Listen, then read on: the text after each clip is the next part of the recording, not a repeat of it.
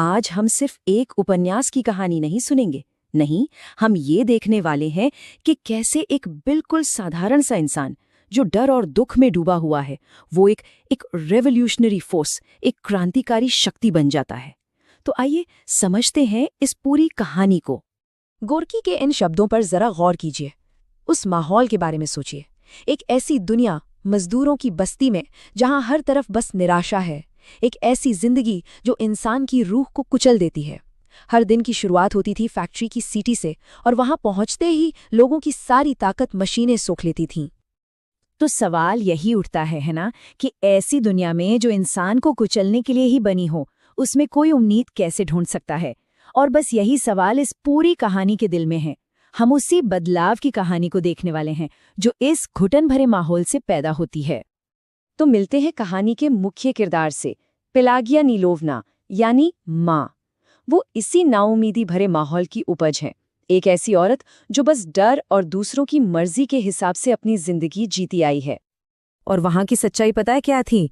दिन तो फैक्ट्री में खप जाते थे और रातें वो शराब खानों और लड़ाई झगड़े में डूब जाती थीं। नौजवान इस बात की डींगे हाँकते थे कि उन्होंने अपने दोस्तों को कितना पीटा। पत्नियों का पिटना तो जैसे आम बात थी। मतलब जिंदगी एक कभी ना खत्म होने वाले दुष्चक्र में फंसकर रह गई थी। और माँ का किरदार शुरुआत में ठीक ऐसा ही था। वो उस पूरे समाज की टूटी हुई हिम्मत की एक जीती जागती मिसाल थी।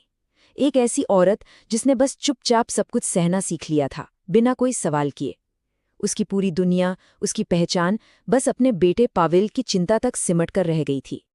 लेकिन फिर कहानी में एक मोड़ आता है। पति की मौत के बाद बेटा पावेल अचानक बदलने लगता है, और अपने इस बदलाव के साथ वो घर में एक नया और बहुत ही खतरनाक एलिमेंट लेकर आता है।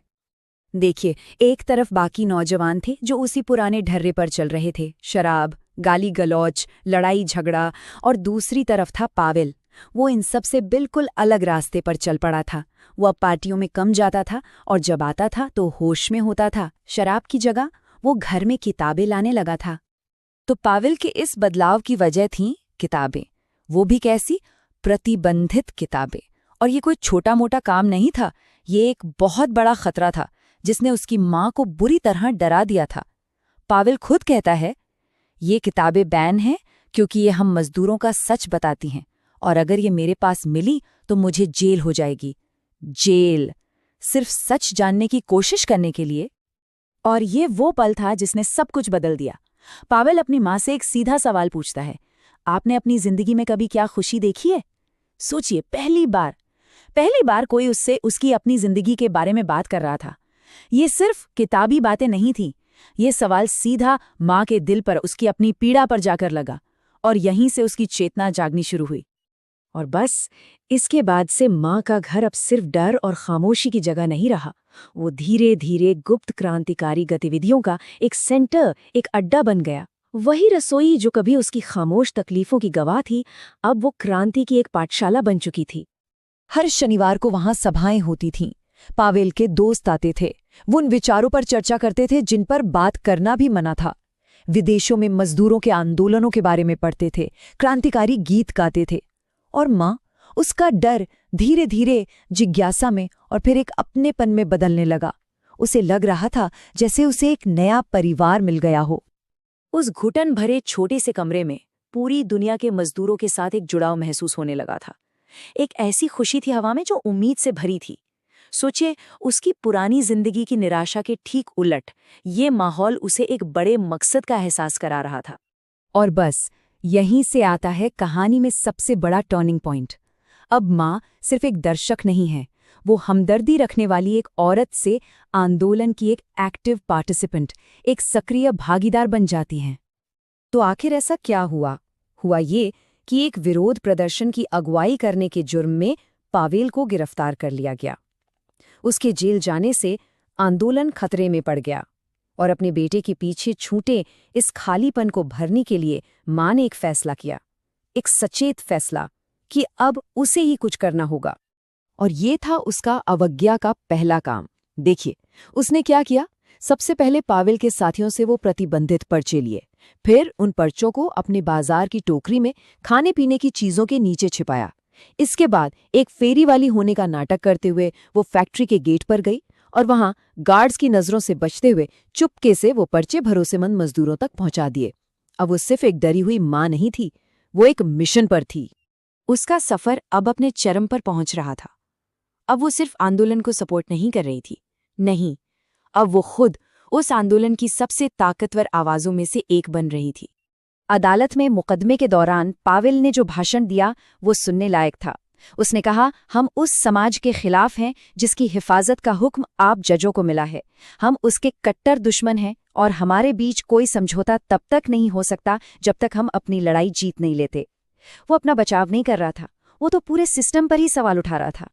पर इसका क्या फायदा होना था? जज तो बस ऊब कर बिना किसी दिलचस्पी के सुन रहे थे। उनका फैसला तो पहले से ही तय था। वो एक ऐसे सिस्टम का हिस्सा थे जिससे कोई बहस नहीं की जा सकती थी। पावेल के शब्द उन जजों के लिए थे ही नहीं, वो इतिहास के लिए थे। और फिर मई दिवस की गिरफ्तारियों के बाद मां भीड़ के सामने खड़ी होती है और बोलती है। वो कहती है, हमारे अपने बच्चे, हमारे ही खून, सबके लिए इंसाफ के नाम पर इस दुनिया में निकले हैं।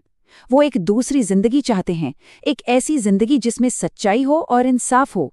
उसने क्रांतिकारियों को मुजरिम नहीं बल्कि एक बड़े मकसद के लिए लड़ने वाले हीरो बना दिया। उसकी आवाज में अब डर का नामो निशान नहीं था। और अब हम कहानी के बिल्कुल आखिर में उसके क्लाइमैक्स पर आ पहुंचे हैं। ये वो पल है जहां उसका ट्रांसफॉर्मेशन पूरा होता है। वो एक अटूट, एक अजेय शक्ति बन जाती है। होता यह है कि वो ट्रेन स्टेशन पर अपने बेटे का वही छपा हुआ भाषण बांट रही होती है। तभी पुलिस उसे चारों तरफ से घेर लेती है और वहां वो अपनी आखिरी सबसे साहसी लड़ाई लड़ती है। उसे पता है कि वो पकड़ी जाएगी, शायद मारी भी जाए, लेकिन वो चिल्लाकर कहती है, वे मेरी आत्मा को नहीं मार सकते, मेरी जीती जागती आत्मा को। ये उसकी अंदरूनी ताकत थी, उसका विश्वास था जो बोल रहा था।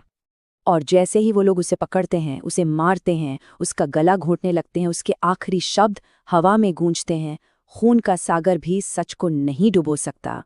उसकी शारीरिक हार असल में एक रूहानी जीत थी और उसका ये पैगाम हमेशा के लिए अमर हो गया। तो आखिर में बस एक सवाल रह जाता है, वो क्या चीज़ है जो एक आम इंसान को इतना मजबूत, इतना अटूट बना देती है?